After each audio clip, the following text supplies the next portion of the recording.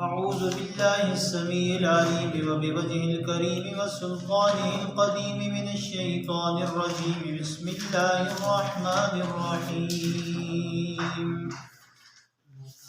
إن الله يدخل الذين آمنوا وعملوا الصالحات جنات تجري من تحتها الأنهار يحلون فيها من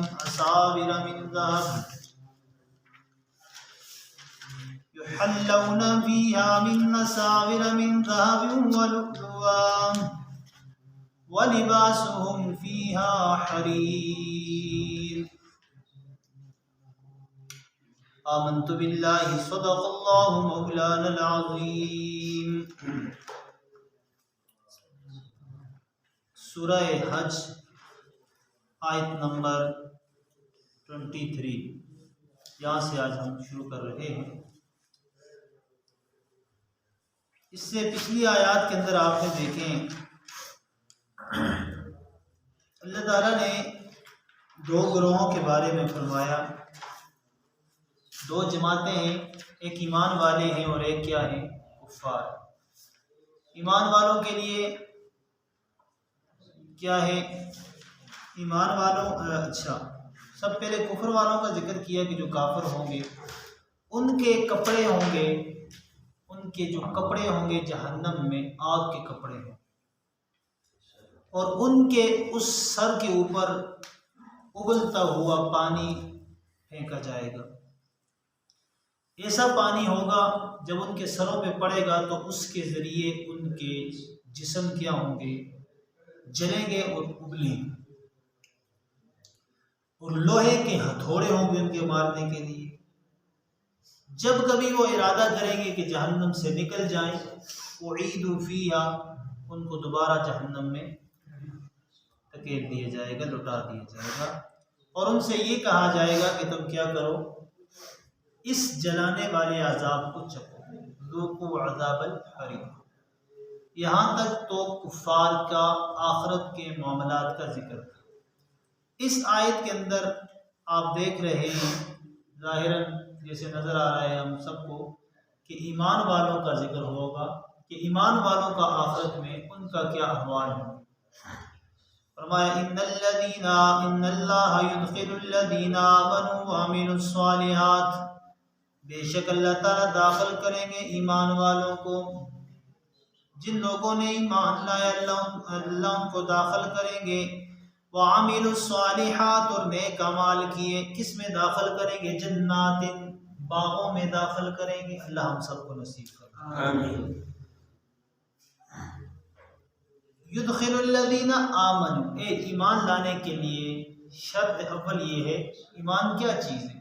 کہ ایمان جو ہے وہ، جسے میں نے پہلے آپ کو بتایا تھا، ایک ایمان کی تعریف یہ کی ہے کہ ایمان خوف اور رجا کی درمیانی کیفیت کا نام ہے، کہ اللہ تعالیٰ کا خوف بھی ہو، اللہ کے عذاب سے خوف بھی ہو، اور اللہ کی بخشش کی مغفرت کی امید بھی ہو. اس کی درمیانی کیفیت کا نام کیا ہے؟ ایمان. اور ویسے ایمان ہے کیا چیز ہے؟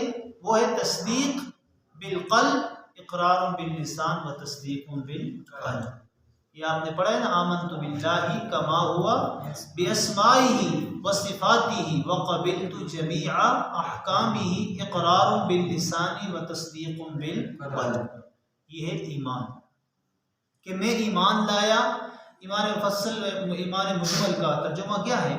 میں ایمان لایا اللہ تعالیٰ کما ہوا باسمائہ، جیسا وہ ہے اپنے ناموں کے ساتھ. یعنی اللہ رحیم ہے تو جیسا ہے ویسے، اللہ کریم ہے جیسا ہے ویسے، اللہ مجید ہے جیسے ہیں ویسے، اللہ باعث ہے جیسے ہیں ویسے. اللہ اس طرح میں نے ایمان لایا کما ہوا باسمائہ وصفاتہ، اور اپنی صفات کے ساتھ کہ اللہ کی کیا کیا صفتیں ہیں، رحیم ہے، کریم ہے، غفور ہے، معاف کرنے والا ہے، قدر کرنے والا ہے، بخشنے والا ہے، بے نیاز ہے.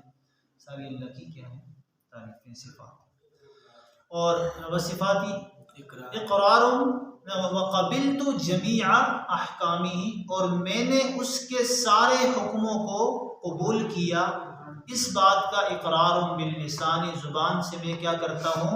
اقرار کرتا ہوں. وتصدیق بالقلب، اور دل سے اس کی کیا کرتا ہوں؟ تصدیق. یہ ہے ایمان.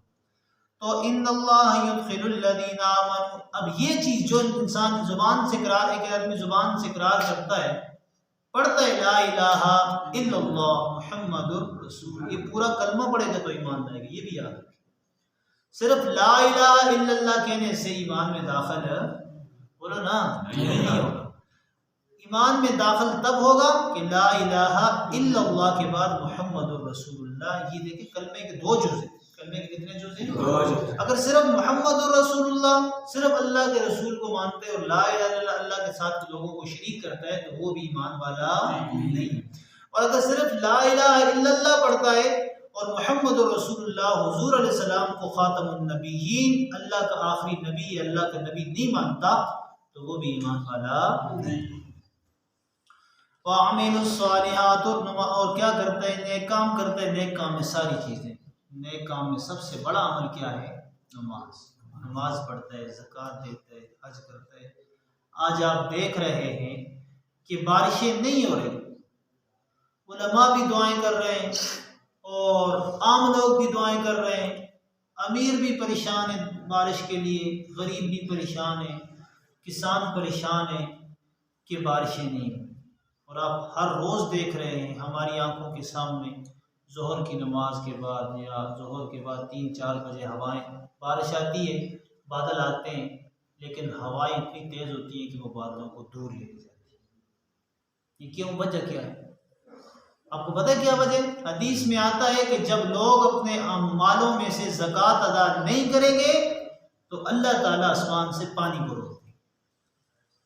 کتنے لوگوں کا یہ گندم کاٹتے ہیں، مکئی اگاتے ہیں، سبزیاں لگاتے ہیں، کیا وہ اس کا جو حق بنتا ہے غریبوں کا وہ دیتے ہیں؟ اب دینے سے پتہ کیا ہوتا ہے؟ ہم یہ لوگ سمجھتے ہیں کہ زکوٰۃ دینے سے، صدقہ دینے سے، مثال کے طور پر میرے پاس 40 من گندم ہے، 40 من کیا ہے؟ گندم۔ تو اس میں سے میں نے 2.5 من اللہ کے راستے میں دینی ہے، 40 میں حصہ، یہی اس کا کتنا حصہ بنتا ہے؟ اس میں 10واں حصہ دیتے ہیں نا، 10واں حصہ دیتے ہیں، تو میں 10واں حصہ نہیں دے رہا۔ میں کہتا ہوں میں نے اگر 10واں حصہ دیا تو 9 رہ جائیں گے نا، کم ہو جائیں گے نا۔ میری بات نہیں سمجھ آئی آپ کو؟ کم ہو جائیں گے؟ اللہ فرماتے ہیں کم نہیں ہوں گے، بلکہ اللہ تعالیٰ اس کو کیا کرتے ہیں؟ صدقات دینے سے اللہ تعالیٰ زیادہ کرتے ہیں، لیکن تمہیں نظر نہیں۔ اور ایک آدمی سود دیتا ہے، ایک اور مثال آپ کو میں دیتا ہوں، یہ آپ کو بڑی بات سمجھ گئے نا۔ فار ایگزامپل ایک آدمی کے پاس چاہے 1 لاکھ روپے، 1 لاکھ روپے میں سے کتنی زکوٰۃ بنتی ہے؟ 2.5 ہزار بنتی ہے نا، 40 کے پیچھے 1 ہے نا، تو 1 لاکھ میں سے کتنی بنے گی؟ 2.5 ہزار۔ اب فار ایگزامپل میرے پاس 1 لاکھ روپے ہے تو میں نے 2.5 ہزار کسی کو دے دیے غریب انسان کو، تو میرے پاس کتنے رہ گئے؟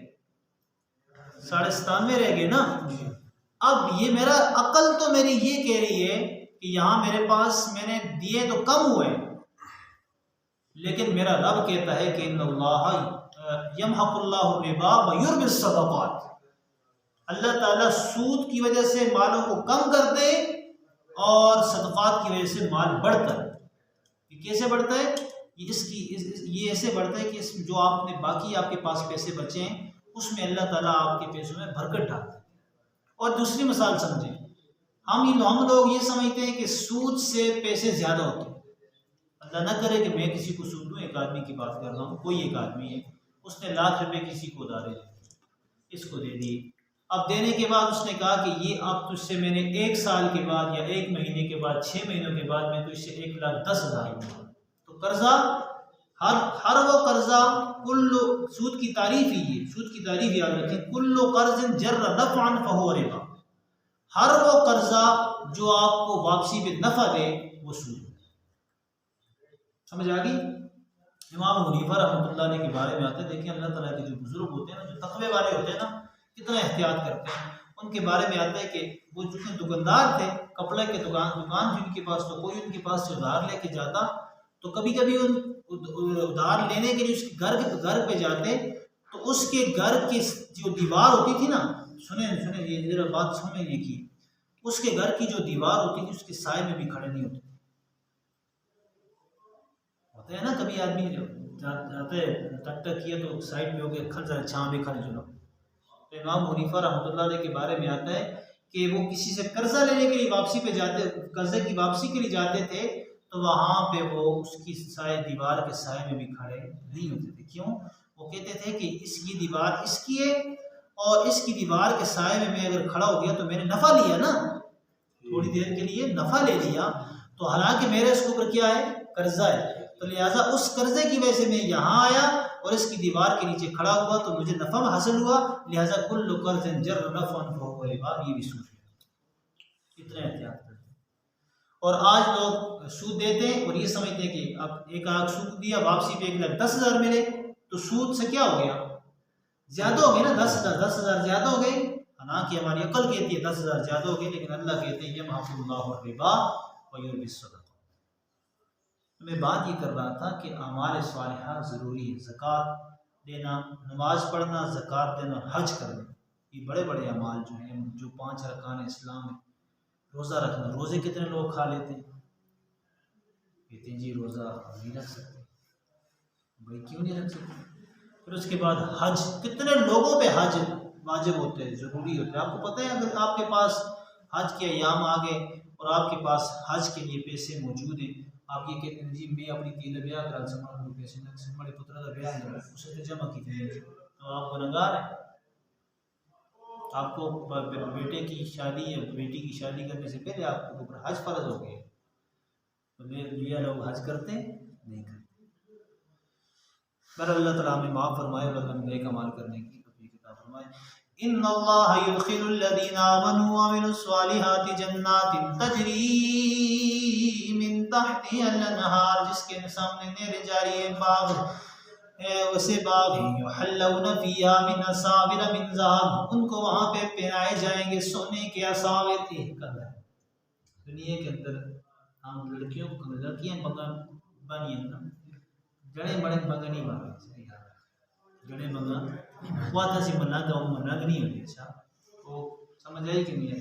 تو وہ جو یہ جو پہنتے ہیں نا, یہ نہیں پہننا چاہیے, یہ دنیا میں نہیں پہنو, ان شاء اللہ تعالیٰ آخرت میں ہمیں پہنا. اب سوچنے کی بات یہ کہ جب آخرت میں ہم پہنیں گے تو کیا اس پیسے کو جڑے سو کرے منگا بھائی دیو میں تو مدہ لگ دینا حمزہ کرے منگا با کیا ہو رہے تھے چھائیں چھائیں کرتا ہے, مدہ لگ سی نا, سوال ہے نا. تو آخرت میں کیسے ہوگا؟ وہاں پہ یہ برا نہیں لگے گا, کیونکہ وہاں کا ماحول اور ہے, یہاں کا ماحول اور ہے. وہاں یہ اچھا لگے گا, سارے بھائی دوسرے کڑے کھڑے بھائی سونے دے لؤلؤ اور لؤلؤ کے, ٹھیک ہے, یہ بھی سونے کی قسم سے. وَلِبَاسُهُمْ فِيهَا حَرِيرٌ, اور وہاں پہ ان کا لباس جو ہے وہ ریشم کا ہوگا. دنیا کے اندر ریشم کا لباس پہننا مرد کے لیے حرام ہے, سونا پہننا مرد کے لیے حرام ہے. یہ سن بیاہ میں انگوٹھیاں بانے دیا ہے, انگوٹھیاں بہت جی اس کو نہیں دیکھو انگوٹھی بھائی یہ سونے دی جی, یہ کیتا حرام کم کیتا, یعنی پہلے سے یہ ابتدائی حرام ہوگی. یعنی سونا پہننا مرد کے لیے قطعی طور پہ حرام ہے, اور یہاں پہ سونے کی انگوٹھی پہنائی جاتی ہیں. یاد رکھیں سونے کی انگوٹھی, شادی ہو رہی ہے منگنی ہو رہی ہے جو بھی ہو رہا ہے, سونے کی انگوٹھی نہ پہنیں, یہ آپ کے لیے حرام ہے. اور اس کے علاوہ بھی شادی کے علاوہ بھی بعض لوگوں نے سونے کی انگوٹھی پہنی تھی تو کیا تو حرام کم کی تھی, خدا دی لعنت برستی. اس سستے سونے کی انگوٹھیاں نہ, چاندی کی انگوٹھی مرد کے لیے کیا ہے وہاں پر. اور وہاں پہ کیا ہوگا, یہاں پہ سونا بھی حرام ہے, ریشم بھی حرام ہے. وہاں اللہ فرماتے ہیں سونا بھی حلال ہوگا اور ریشم بھی کیا ہوگا حلال. وَهُدُوا إِلَى الطَّيِّبِ مِنَ الْقَوْلِ, اور ان کو ہدایت دے دی گئی اچھے قول کی طرف, اچھی بات کی طرف. اور وہ قول کیا ہے, لا الہ الا اللہ محمد رسول اللہ. وَهُدُوا إِلَى صِرَاطِ الْحَمِيدِ, اور ان کو ہدایت دے دی گئی تیسرے راستے کی طرف. إِنَّ الَّذِينَ كَفَرُوا, پھر کافروں کا ذکر آ گیا. إِنَّ الَّذِينَ كَفَرُوا, بے شک وہ لوگ جو منکر ہیں, وَيَصُدُّونَ عَنْ سَبِيلِ اللَّهِ, اللہ کے راستے سے روک بھی دیتے ہیں, اور مسجد حرام سے بھی روکتے ہیں. الَّذِي جَعَلْنَاهُ لِلنَّاسِ سَوَاءً, جس کو ہم نے لوگوں کے لیے بنایا ہے, سَوَاءً الْعَاكِفِ, برابر ہے کس کے لیے, وہاں پر رہنے والے کے لیے, بلباد اور دور سے آنے والے. وَمَن يُرِدْ فِيهِ بِإِلْحَادٍ بِظُلْمٍ, اور جو بھی اس کے اندر الحاد کا ارادہ کرتا ہے ظلم کے ساتھ, تو کیا ہوتا ہے نذقہ من عذاب علیم، ہم اس کو دردناک عذاب کیا کریں گے، چکھائیں گے۔ سبحانک اللہم و بحمدک نشہد ان لا الہ الا انت